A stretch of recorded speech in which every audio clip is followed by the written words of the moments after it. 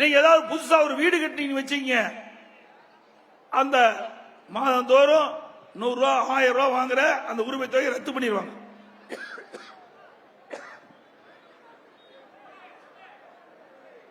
இப்படி ஒரு சட்டத்தை போட்டார். அப்போ இந்த 1000 ரூபாய் மாதந்தோறும் குடும்ப தலைவிகள் 1000 ரூபாய் வாங்குறீங்க, நீங்க இருசக்கர வாகனம் வாங்க முடியாது, புதுசா எந்த திட்டத்தையும் நீங்க செயல்படுத்த முடியாது. அப்படி செஞ்சீங்களா ரத்து. குடும்பத்தில் யாராவது முதியோர் இருக்கான்னு வச்சுங்க, அவள் ஏதாவது ஒரு 1000 ரூபாய் அப்ளிகேஷன் கொடுத்து வாங்கினா நீங்க வாங்குற அந்த மாதந்தோறும் உரிமை தொகை ரத்து.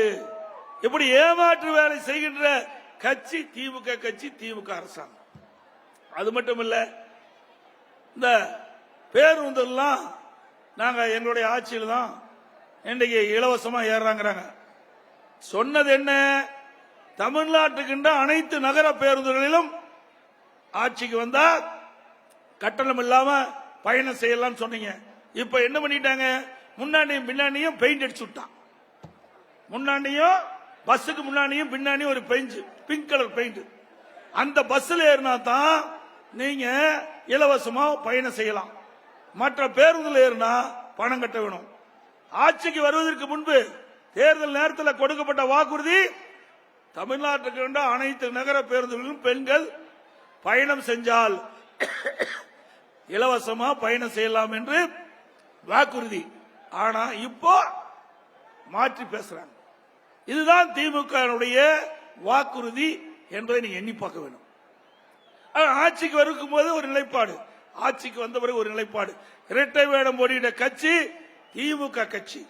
அதோட இதெல்லாம் எதற்காக சொல்லிடுன்னு சொன்னா, போற பக்கம்லாம் இதுதான் பேசுறாரு, வேற எதுவுமே கிடையாது.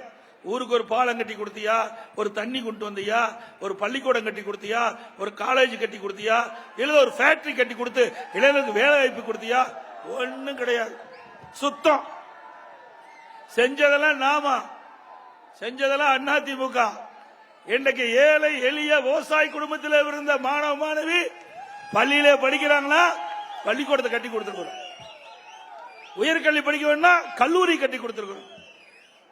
இன்றைக்கு நல்ல மருத்துவ சிகிச்சை செய்ய வேணும்னா ஹாஸ்பிட்டல் கட்டி கொடுத்திருக்கிறோம். இப்படி ஒன்னாவது ஆட்சியில சொல்ல முடியுமா?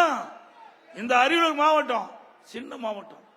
இந்த மாவட்டத்தில் இருக்க அறிவு சோதர் ராஜேந்திரன் அவர்களும் அப்பொழுது இருக்க ஜெயங்கொண்ட எம்எல்ஏ அவர்களும் என்னிடத்தில் தெரிவித்தார்கள், அண்ணா எங்களுடைய பகுதி ஏழை மக்கள் நிறைந்த பகுதி, இங்க ஒரு மருத்துவக் கல்லூரி கொண்டு வந்து ஒரு மருத்துவமனை கட்டி கொடுங்க. சுமார் 400 கோடியில பிரம்மாண்டமான மருத்துவக் கல்லூரி, மருத்துவமனை. சாதாரண மருத்துவமனை எண்ணிராதீங்க. அப்போலோவில் என்ன அறுவை சிகிச்சை செய்கிறாங்களோ அதே அறுவை சிகிச்சை நம்முடைய அரசு மருத்துவக் கல்லூரி மருத்துவமனையில் செய்யப்படும். ஏழைகள் நிறைந்த பகுதி, உழைப்பாளிகள் நிறைந்த பகுதி. இவர்கள் தனியார் மருத்துவமனைக்கு போய் சிகிச்சை பெறுவதை காட்டிலும் எந்த ஒரு ரூபாய் செலவில்லாம அரசு மருத்துவக் கல்லூரி மருத்துவமனையை சேர்ந்து சிகிச்சை பெறக்கூடிய வாய்ப்பை உருவாக்கி தந்த அரசாங்கம் அதிமுக அரசாங்கம். சாலினவர்களே, இப்படி அரியலூர் மாவட்டத்துக்கு என்று ஏதாவது ஒன்ன செஞ்சியா? எதுவுமே இல்ல. ஆனா எப்ப பார்த்தாலும் மக்கள் என் பக்கம், மக்கள் என் பக்கம், மக்கள் உங்க பக்கம் தான். ஓட்டு மட்டும் அதிமுக போடுவாங்க. ஏன்னா மக்கள் உங்க பக்கங்கிறீங்களே, நீ எங்க போய் மக்களை பார்த்தீங்க? இப்பதான் முள்ளக்கல்ல டீ கடையில் போய் டீ குடிக்கிறார். இப்பதான் மக்களை பார்க்க போறார். இது வரைக்கும் மக்களையே பார்க்கல. இதற்கு முந்தியெல்லாம் பாத்தீங்கன்னா சைக்கிள் ஓட்டுவார், இல்லைன்னா பளு தூக்குவார், இல்லைன்னா வாக்கிங் போவார்.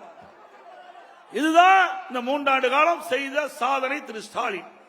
இன்னைக்கு ஒடுக்கப்பட்ட ஏழை மக்கள் என்ன கஷ்டத்தில் இருக்கிறாங்க, அவருடைய பிரச்சனை என்ன, அப்படி உணர்ந்து ஏதாவது செயல்பட்டு அதை கொண்டு வந்து திட்டமிட்டு கொண்டு வந்து நிறைவேற்றினா ஒரு நல்ல முதலமைச்சர். இன்றைக்கு நாட்டில் என்ன நடக்குது? விலைவாசி உயர்வு. 6 மாசத்துல 1 கிலோ அரிசி 15 ரூபாய் ஏறி போச்சு.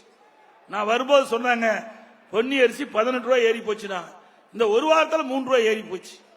1 கிலோ அரிசி 18 ரூபாய் உயர்ந்து போச்சு. என்ன உயர்ந்து போச்சு? பருப்பு உயர்ந்து போச்சு, சக்கரை உயர்ந்து போச்சு. இப்படி எல்லா உணவு தயாரிக்கக்கூடிய அனைத்து பொருளும் உயர்ந்து போச்சு. ஆனா வேலை இல்ல, வறட்சி. இந்த வறட்சி நான் வரும்போது பார்த்தேன். 6 நாள் வேலை கிடைத்தது 3 நாள் தான் வேலை கிடைக்குது. வருமானம் குறைஞ்சு போச்சு, செலவு அதிகரிச்சு போச்சு, மக்கள் வாழ்றதுக்கே திண்டாடுறாங்க. இதை பத்தி எல்லாம் கவலை இல்லை ஸ்டாலினுக்கு. ஆனா அவருடைய குடும்பத்தை பத்தி எப்பொழுதும் சிந்தனை. வாக்கிங் போயிட்டு இருக்காரு, அப்ப சுகாதாரத்துறை மந்திரி அவரு கூட போயிட்டு இருக்காரு. அப்ப கேட்கிறார், என்னுடைய மகன் கழக தலைவன் படம் நடிச்சாரு, அது எப்படி இருக்குது, நல்லா இருக்குதா, நிறைய வசூல் ஆகுதா? வசூல்